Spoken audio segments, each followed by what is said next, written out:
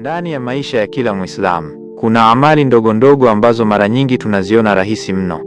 Lakini mbele ya Allah, hizo ndizo amali kubwa sana zenye thawabu ambazo akili haiwezi kuzipima.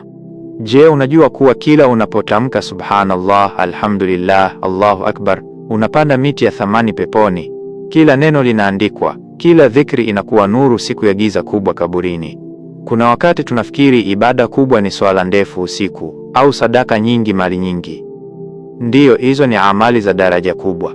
Lakini Mtume Muhammad sallallahu alayhi wasallam ametufundisha pia kwamba hata tabasamu lako kwa ndugu yako ni sadaka. Hata salamu yako assalamu alaikum inaleta mapenzi, inafuta madhambi na inakujengea daraja mbele ya Allah. Na je, umewahi kufikiria kwamba kuficha siri ya ndugu yako ni ibada? Mtume Muhammad sallallahu alayhi wasallam amesema, mwenye kuficha aibu ya Muislamu, Allah ataficha aibu zake siku ya Kiyama.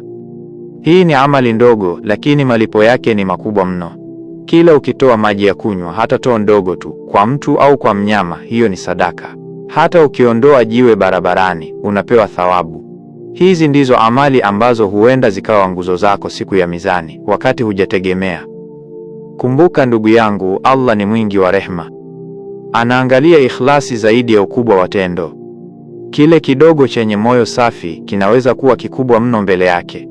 Ndiyo maana ni muhimu kutothamini amali kwa macho ya kibinadamu. Kile unachodhani ni kidogo, kwa Mwenyezi Mungu kinaweza kuwa kizito kuliko dunia yote na vilivyomo. Basi leo jiulize, ni siri zipi ndogo ndogo unazoweza kuzifanya kila siku? Zikumbuke dhikiri zako. Toa tabasamu lako, toa salamu zako, toa hata tone la maji. Usidhani ni dogo, kwani mbele ya Allah hizo ndizo hazina zako za kweli.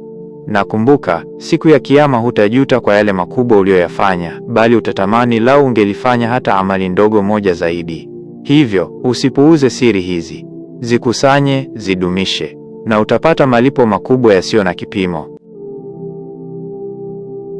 Asante kwa kutazama Soul Reflection. Endelea nasi kwa hekima zaidi, mawaidha na malezi ya kiroho.